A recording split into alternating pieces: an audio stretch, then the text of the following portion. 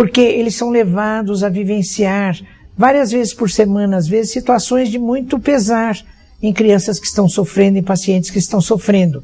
E também vários indivíduos relacionados a ONGs que tratam desse assunto começaram a perceber que os cães morrem mais cedo. Então, os animais não é sem sofrimento deles que eles acabam participando desses programas. Então, isso está sendo revisto com cuidado para que os animais continuem, sim, favorecendo o tratamento dos seres humanos, a questão afetiva do estabelecimento da harmonia do ser humano, mas também com menos ônus para os animais. Porque nós temos que entender que nós temos que buscar uma vivência harmônica entre seres humanos e animais. Mas quem tem animais em casa sabe, se você propiciar condições, a evolução dele é muito expressiva.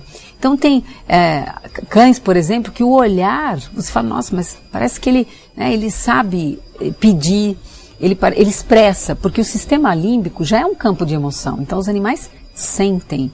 Felizmente, a mentalidade humana já desenvolveu esse aspecto de cuidar dos animais, de tratá-los com carinho, de alimentá-los, de cuidar de sua saúde.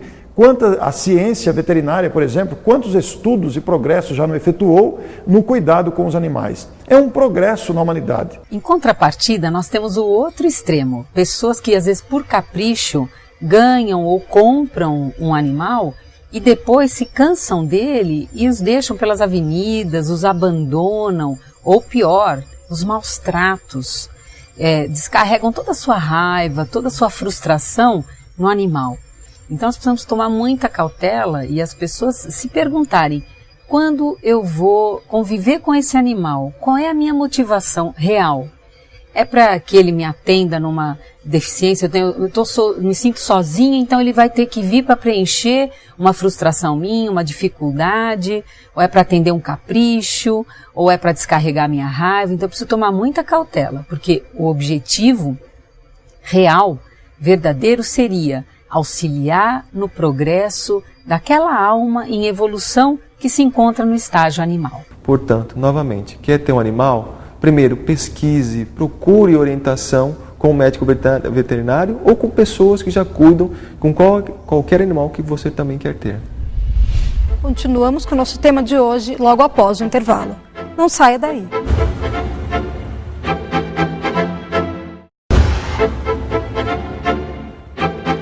Alimentação, entretenimento, companhia, pesquisa científica. Nos relacionamos de tantas formas com os animais que a nossa história já é uma só. Mas qual é a postura que a era de regeneração propõe para a nossa convivência? Comer ou não comer carne?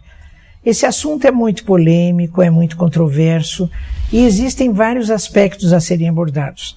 Um aspecto que é muito grave é o aspecto ético.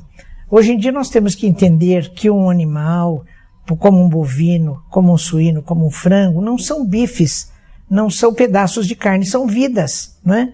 Então eles têm direito à própria vida, têm direito a bem-estar, e existem muitas ONGs, muitas empresas, muitas entidades no mundo todo trabalhando a favor da defesa do direito à vida e do direito ao bem-estar dos próprios animais. A nossa sociedade, hoje em dia, está mais reflexiva sobre essa matéria, porque existe um avanço considerável no conhecimento sobre esse assunto ligado com a evolução espiritual e o respeito aos semelhantes.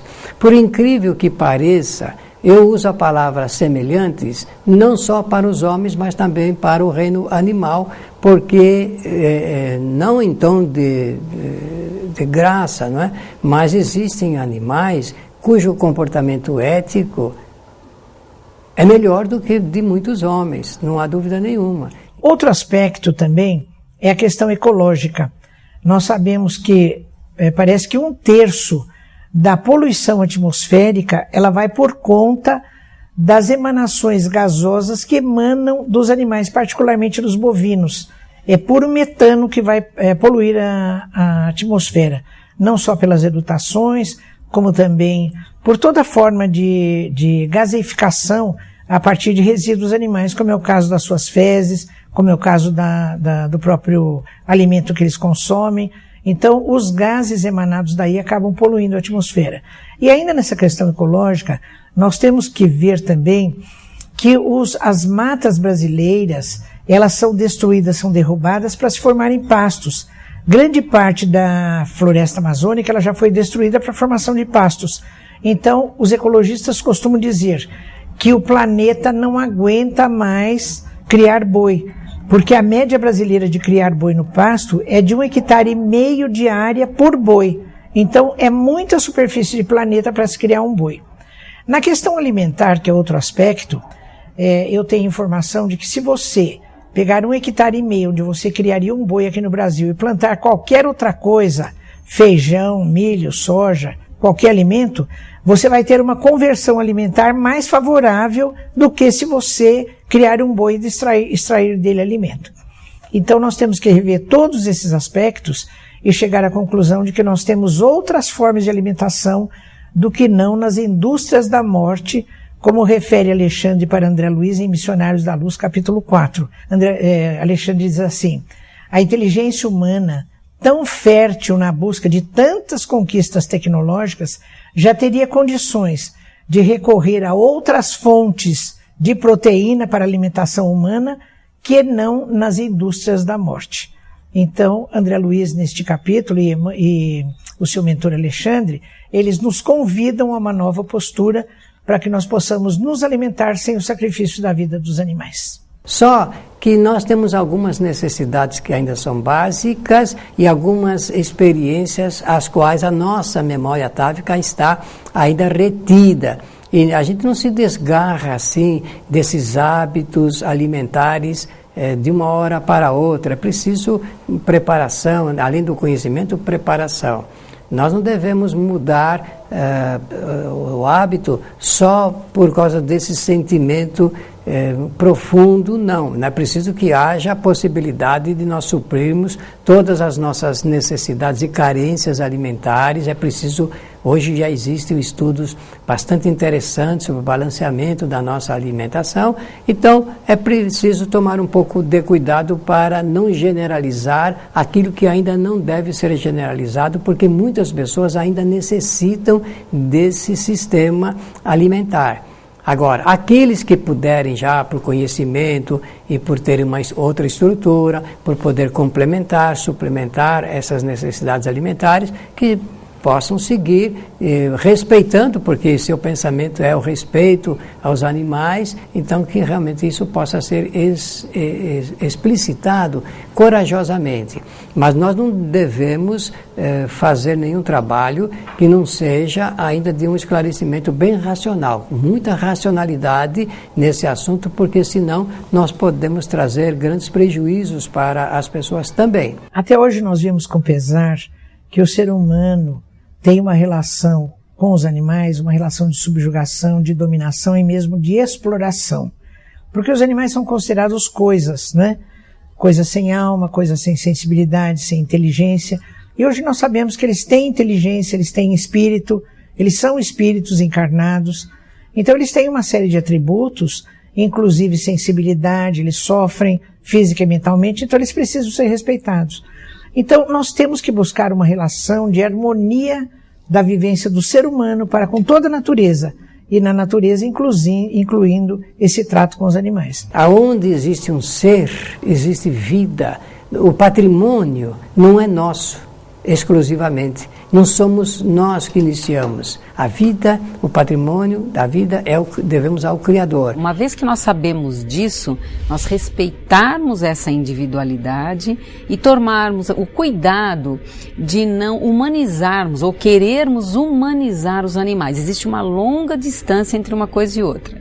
Então, auxiliarmos no progresso evolutivo do animal é maravilhoso. Se nós fazemos isso com nós próprios, que existem professores em tantas escolas que auxiliam os alunos a se alfabetizar, a se educar, existem pais que cuidam que os filhos evoluam, amigos que cuidam para que a evolução seja uma troca.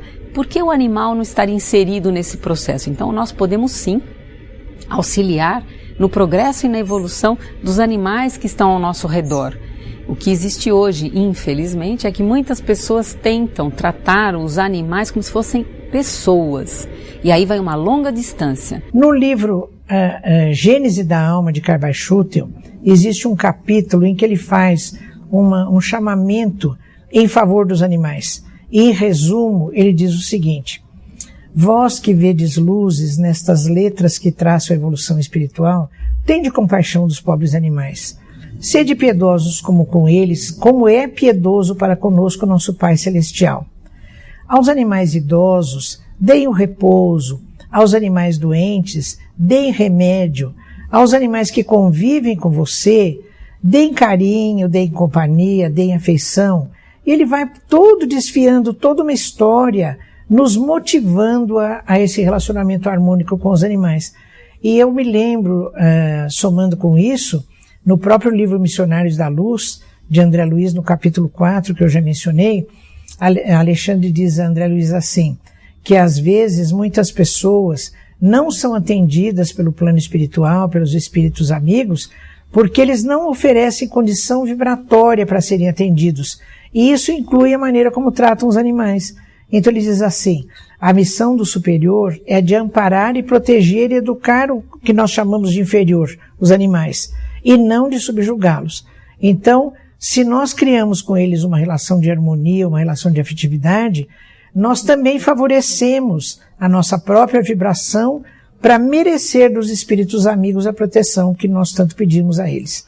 Então, o nosso Pai Celestial, através dos mentores espirituais, através dos amigos espirituais, ele põe à nossa disposição a proteção, o auxílio, a orientação, mas desde que nós possamos merecer este auxílio na medida em que nós oferecemos aos nossos animais, aos animais que convivem conosco, também a misericórdia, a afeição, a compaixão, o respeito e, quando pudermos, o amor. Chico Xavier sempre teve um amor muito grande com os animais.